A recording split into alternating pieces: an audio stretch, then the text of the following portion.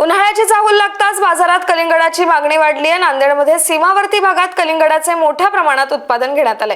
लागवडीनंतर अवघ्या 80 ते 90 दिवसात कलिंगड विक्रीसाठी उपलब्ध झालेत। बिलोली तालुक्यातील चिटमोगरा इथल्या श्याम मजगे यांनी 2 एकर क्षेत्रात कलिंगडाची लागवड केली आहे। त्यातून 7 ते 8 टन उत्पादन होईल अशी आशा व्यक्त केली जाते। हंगामाच्या सुरुवातीला कलिंगडाला किलोला 21 रुपयांचा भाव मिळत असल्याने शेतकऱ्यांनी समाधान व्यक्त केले।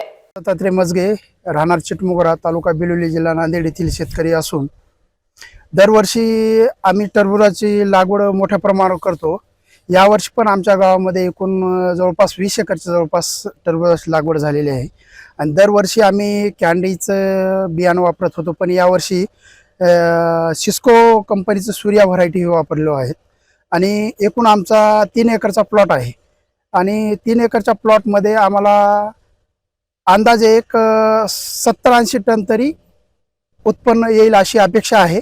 आज प्लॉट हार्वेस्टिंग होत आहे आणि आज प्रत्येक फळाचा मॅक्झिमम वजन जर धरलं तर 8 किलोपर्यंत आहे। मिनिमम 4 किलो ते 8 किलोच्या मध्ये फळाचं वजन आहे आणि यावर्षी दरवर्षी आपल्याला 8 ते 9 रुपये भाव भेटत होता, पण यावर्षी लागवड कमी का आता मार्केटच्या हिशोबाप्रमाणे यावर्षी भरपूर भाव भेटलेला आहे आणि आजचा आपला रेट जर म्हणलं तर 21 रुपये 50 पैसे प्रमाणे दिलेला आहे।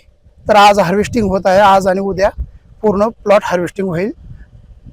नवनवीन घडामोडी पाहण्यासाठी स्टार महाराष्ट्र न्यूजला सबस्क्राइब करा आणि ताज्या बातम्यांचे अपडेट मिळवण्यासाठी बेल आयकॉनला प्रेस करा आणि परिपूर्ण बातमी बरोबर रहा, इतरांपेक्षा एक पाऊल पुढे।